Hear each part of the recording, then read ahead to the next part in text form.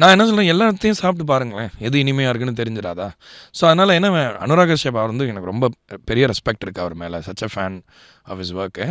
But என்னன்னா, I am tired of சினிசிசம். அதாவது இது இப்படி ஆயிடுச்சே, அது அப்படி ஆயிடுச்சேன்னு உட்காந்து ஒப்பாரி வைக்கிறத விட, ஒரு நல்ல தமிழ் பாட்டு பண்றதே பெட்டர் அப்படின்னு நான் நினைக்கிறேன்.